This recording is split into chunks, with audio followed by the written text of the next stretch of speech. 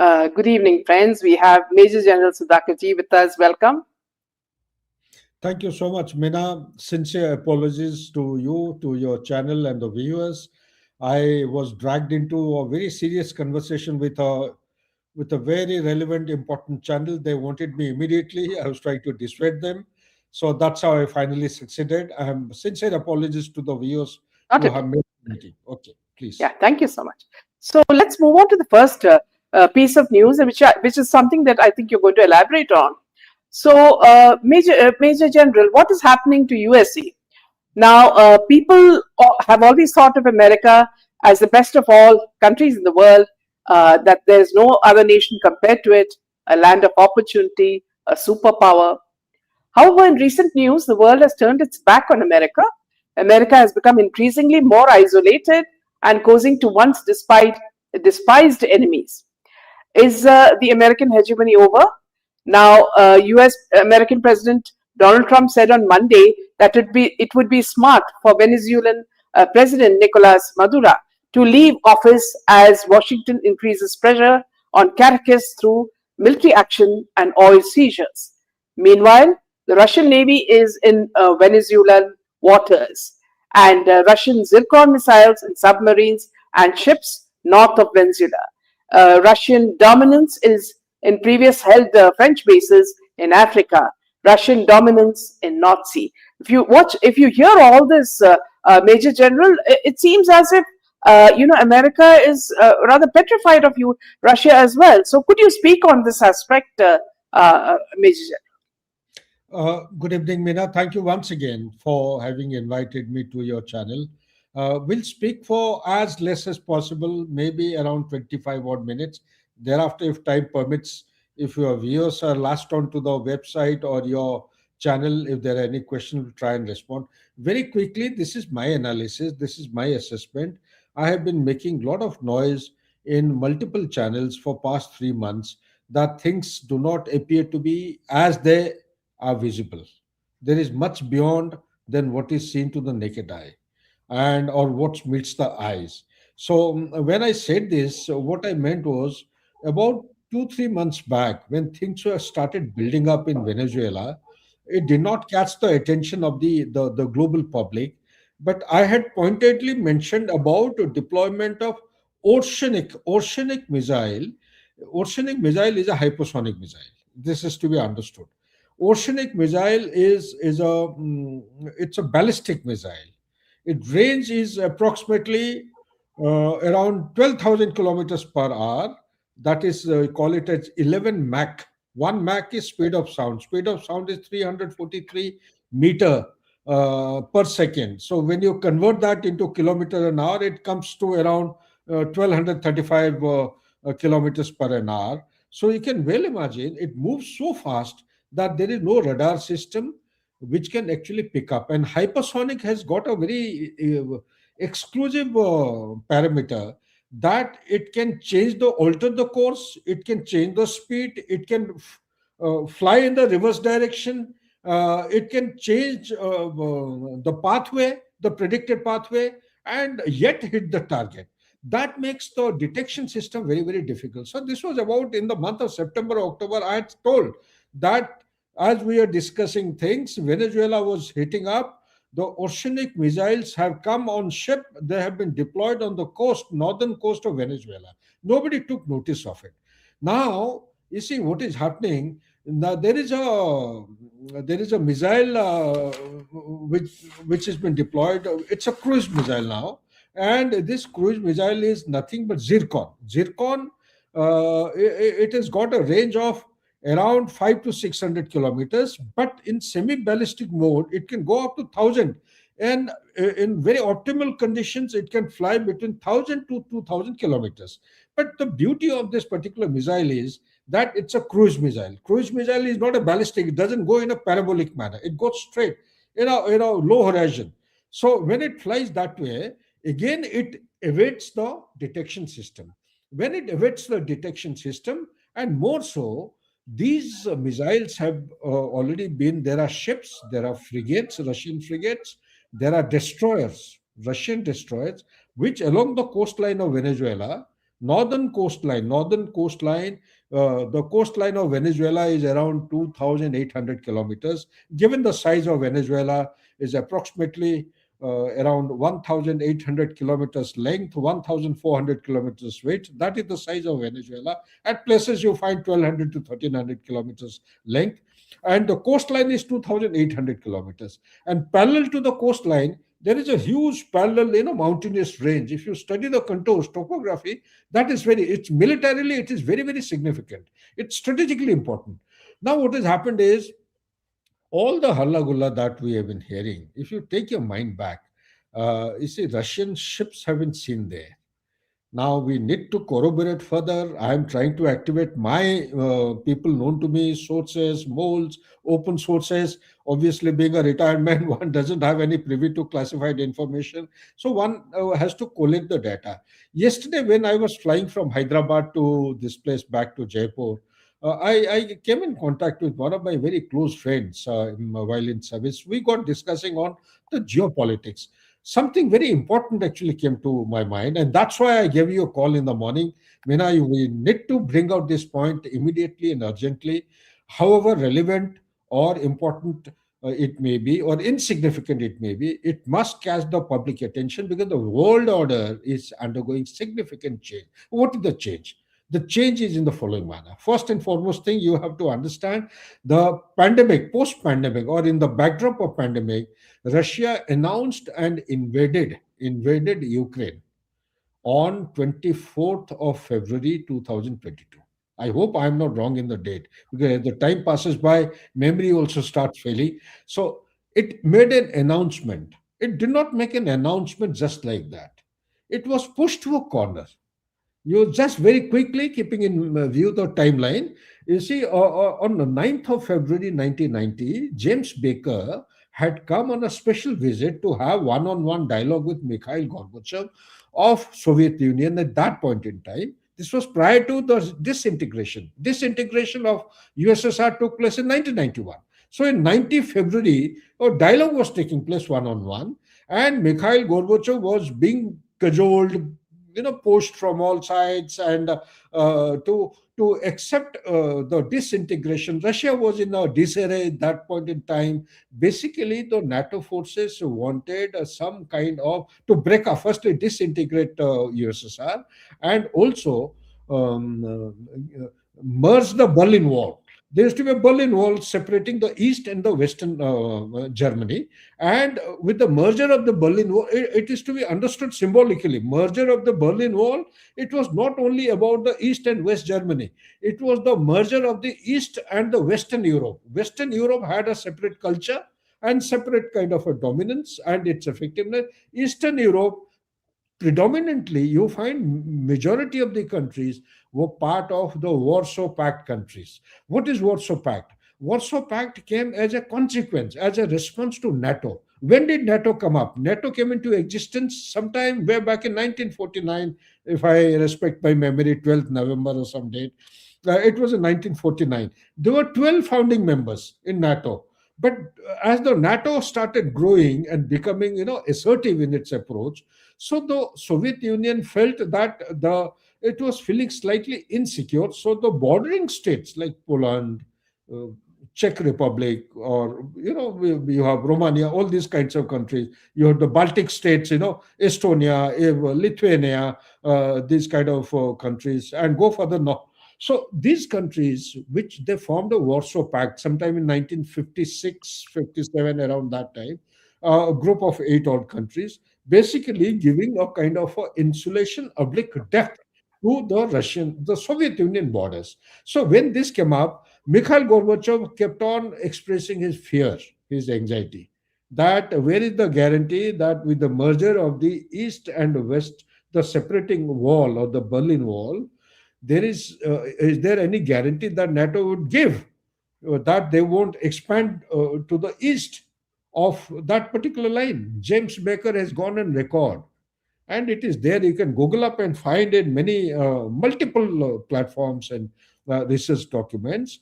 It is given in record that not an inch of sphere of influence of Europe would extend to the east. Not only the Germany line, but entire Eastern Europe.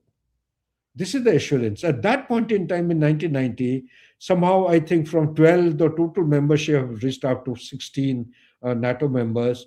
In due course of time, what happened? Very interesting things were taking place. Disintegration took place. Thereafter, the CIS formed.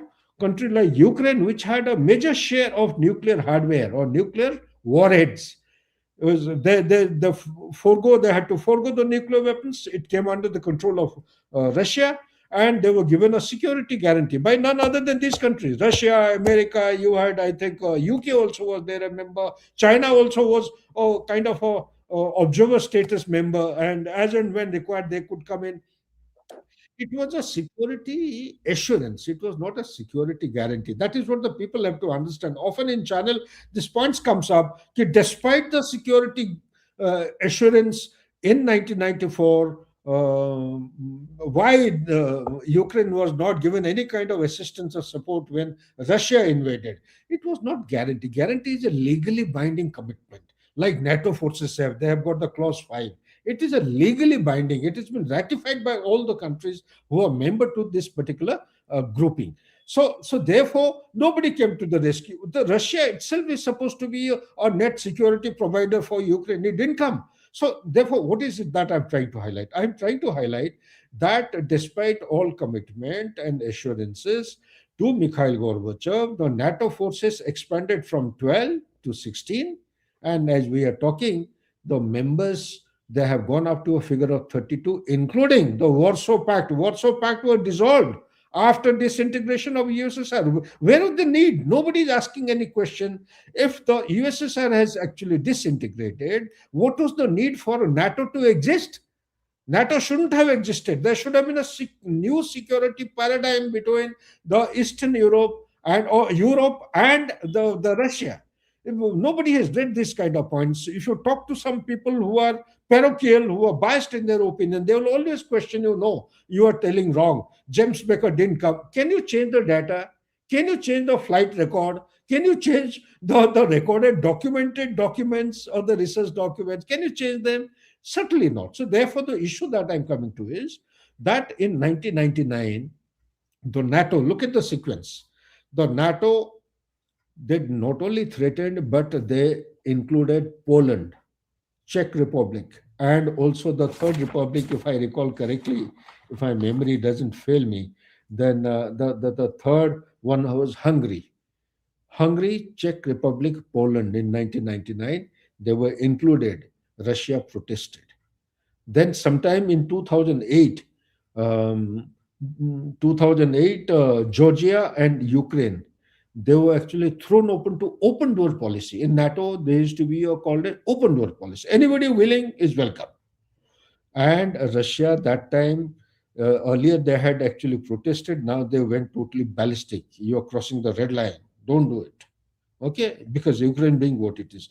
In 2000, see, 99, 2004, 99, the Poland and the Czech Republic and the Hungary, they joined NATO. 2004, the Baltic states, I missed out this one, the Baltic states, to include, you have Lithuania, you have Latvia, you have Estonia. So these are the three. And uh, they joined NATO, and 2008, they made the open door policy. They promulgated the open door policy, wherein they welcome that Ukraine and Georgia, they are welcome to join the Ukraine. This is the turning point, actually, if you look at it, in the relationship between Russia and USA. People may feel that I'm digressing. I'm not digressing. This is very important to share this particular thing. You see, after so much of resistance, there is one point when Bill Clinton was the president. Putin has told him time and again that please take me. I am keen. Russia is keen to become part of. That time the economy was in disarray. Economy of Russia immediately after the disintegration of Soviet Union. He told Bill Clinton. Bill Clinton was the president sometime in 94, 95. Bill Clinton said, "Okay, we'll see." When he came back, he said, "No, no, no, no, no, no. We can't take you." So you see, these are the kinds of dynamics which one has gone through the journey, and now Finally, what happens is you find there are missiles being deployed along the border. There are ships which are coming into the Black Sea. There are Sea of Azov also that Ukraine was being supported for construction of a port.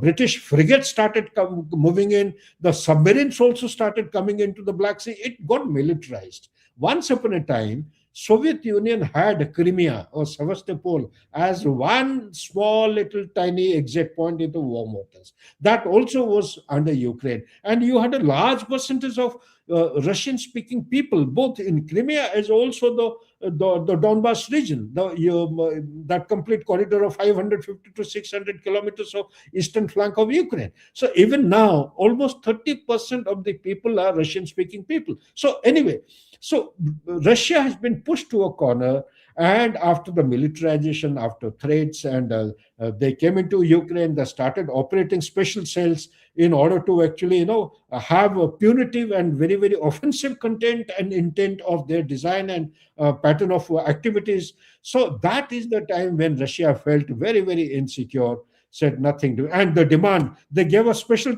status to Ukraine also for the membership in the NATO. They made some strategic partner or something like that to start with, and subsequently it was to be, updated and upgraded in the status.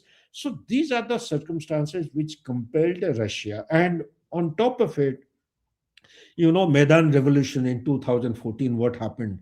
You see, the elected, democratically elected president of Ukraine had to be subjected to extreme pressure and public pressure. There were strikes, there were protests, design, architecture, color change, regime change. So the regime change took place in Ukraine, and the people who were Russian speaking, they were persecuted, they were killed, they were lynched, and the language which was ingrained in the constitution of Ukraine, it was done away with, it was removed.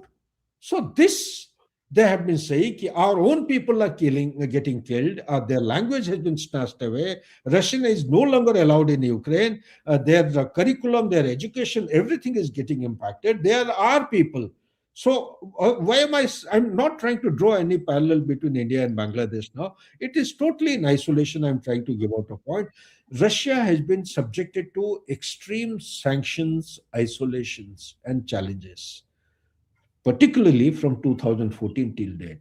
If you count, I was doing research from open sources from 2014 till 2022. Roughly, the number of sanctions imposed on Russia was 2,600 something, and between 2022 till now, 2025, it's it's gone up to 24,000 something. Total is coming to approximately 27,000 sanctions. 27,000. All the sanctions imposed on Russia, you can well imagine. Despite that, Russia is growing at a rate of 4.1%. It has beaten the European and the Americans. Europe, Germany is one minus 1.1. So that is the kind of thing. Issue is not that. Issue is the way Russia has been harassed even after the peace proposal has been given. Even after that, at times Donald Trump says, no, it should be done. At times he says, no, long range missile should be given. At times he imposes sanction, some additional sanction on Russia. At times it is imposing sanction on the oil refineries like Rosneft and all those companies. So at times India is also being held absolutely captive and totally paralyzed by virtue of the tariff and all. 25%. You have the what do you call that? Uh,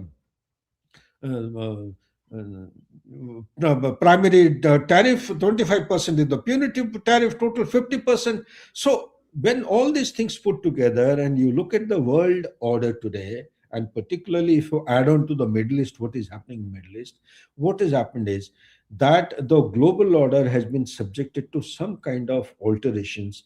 The way the America, particularly Donald Trump 2.0, the way he has dealt the world order, whether it is tariff or whether it is ill treatment of the national leaders in the White House itself, this has actually pushed all the elements. Particularly, they have been playing games with Russia.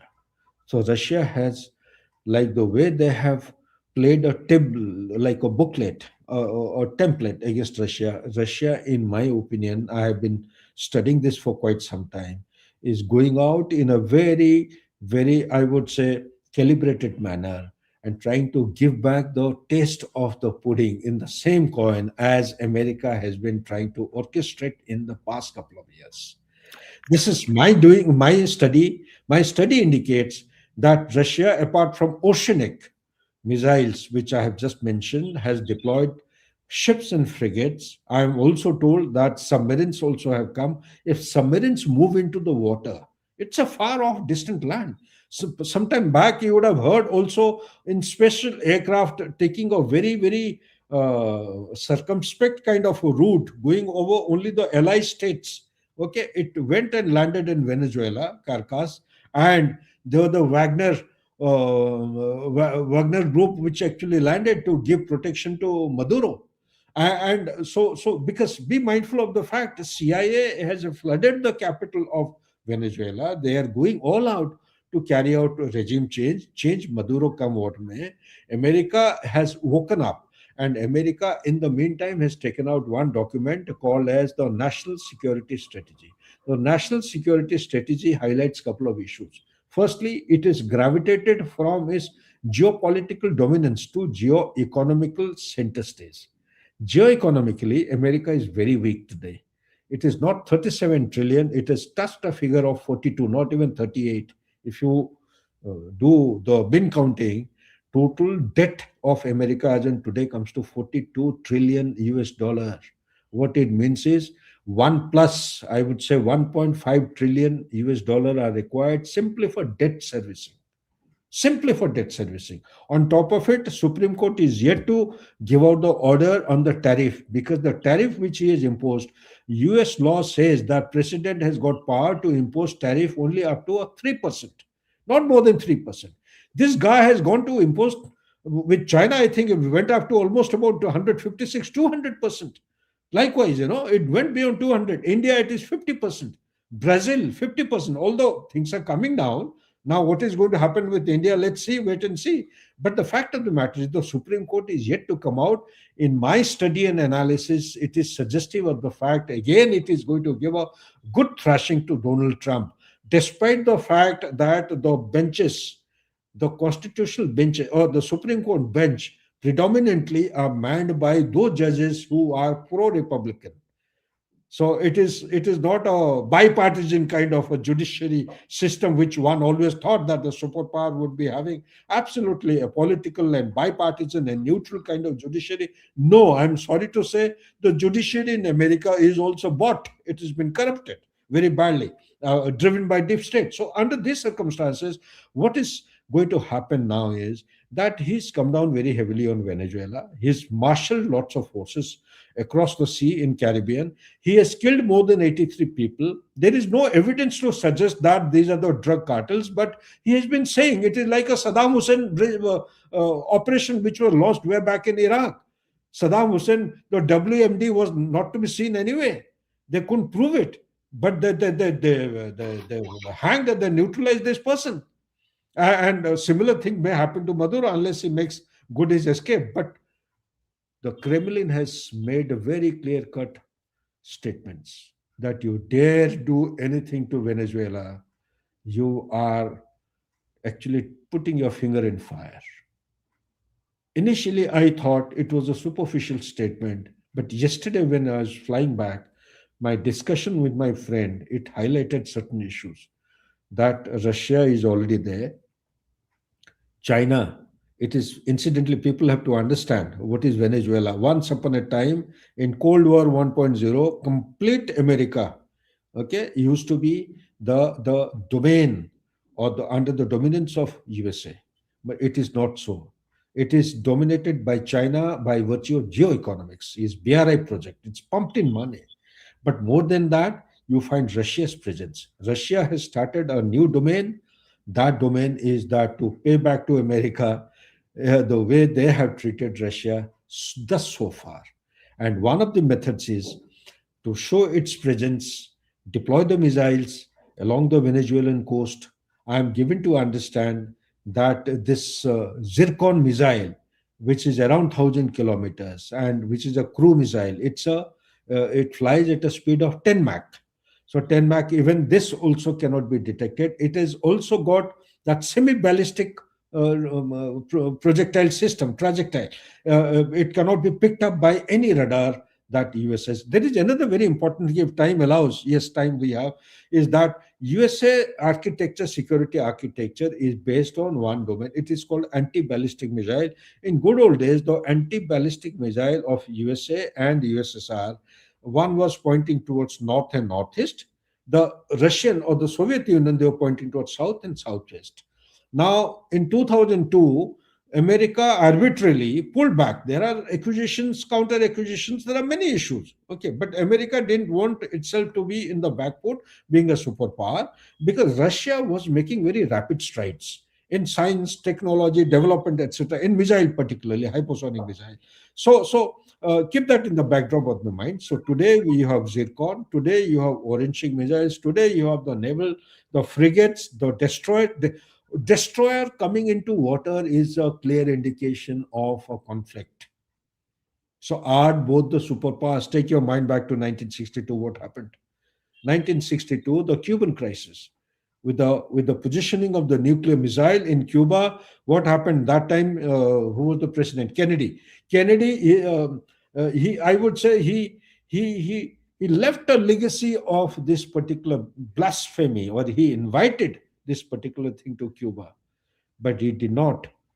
In fact, the present crisis has been created by none other than Donald Trump.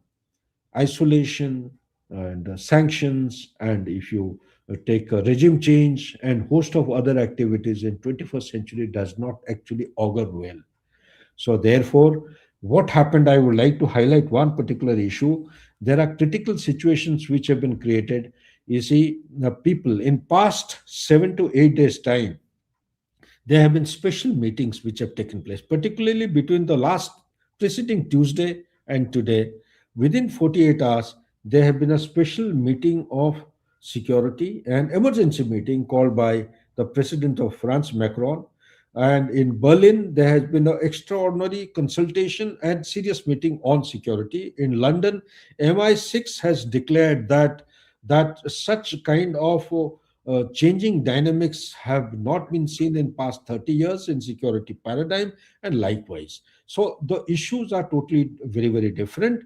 And sequentially, if you say about today being Tuesday, last Tuesday, I think it happened, the destroyers of the Russian Navy, they anchored in the Venezuelan waters.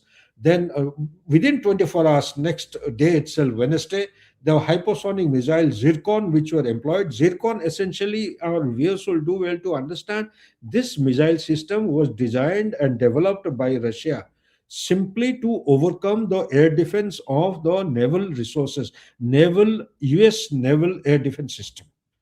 So if Zircon have come to the backyard, then the Monroe Doctrine. I'll just quickly link up and then sum it up. And on Thursday, NATO 75 years of defense doctrine, it collapsed. Why it collapsed? It collapsed because the Monroe Doctrine, which was way back in 1823, James Monroe was the president of USA. He had brought in the Monroe Doctrine.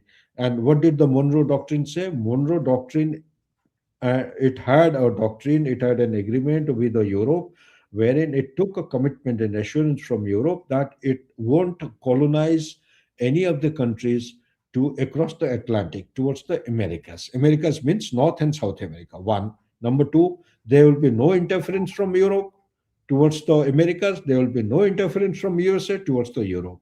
Number three, any attempt by Europe to colonize or to put countries across Atlantic under pressure or oppression with an intent to change the regime or colonize them, it will be taken as a hostile act and USA will be compelled to take action. So likewise, there are a host of other points, but basically the sphere of influence was defined, and Europe accepted the fact that it would operate and dominate its sphere of influence, and America would be let free.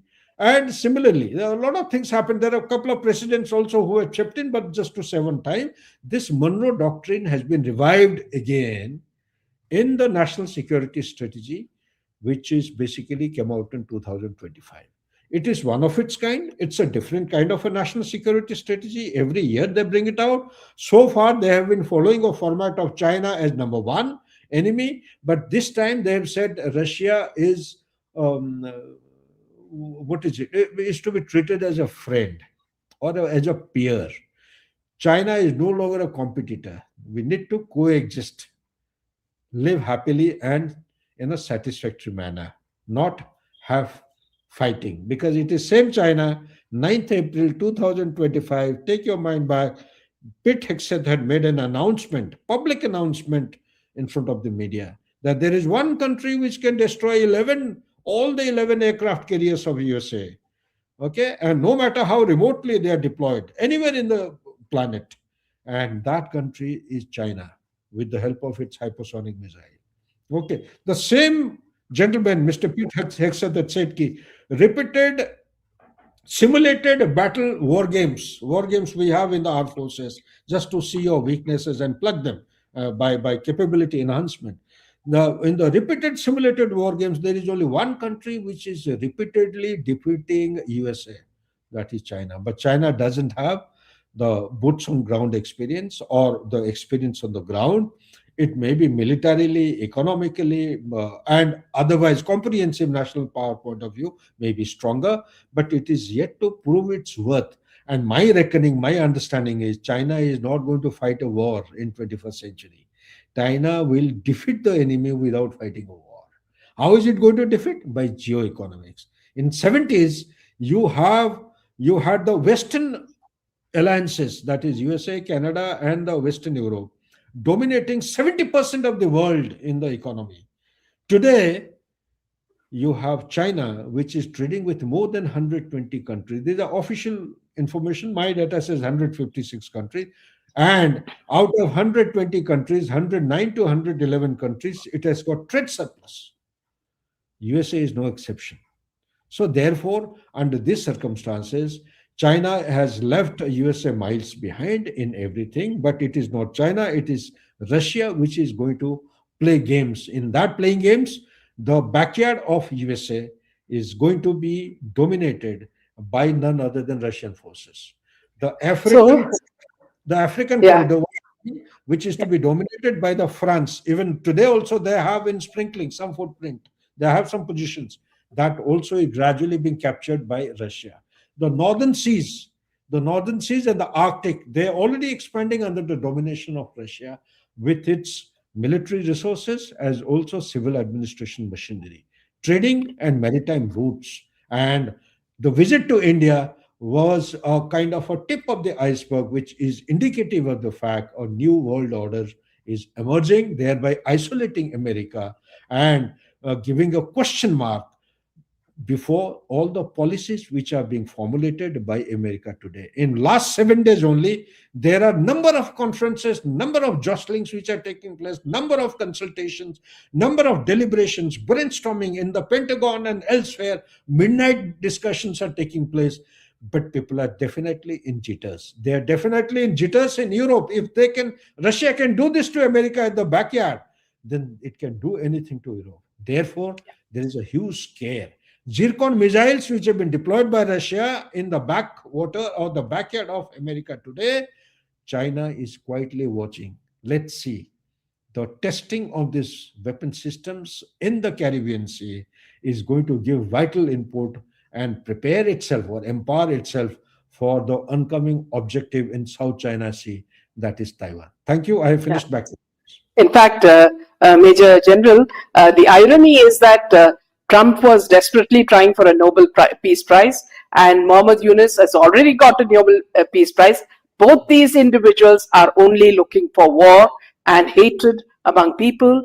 Look at what is happening in Bangladesh, and look at what you just explained about America. So it is quite an irony. Thank you so much for this wonderful session. Good night, Jai Hind, and Jai Shri Ram.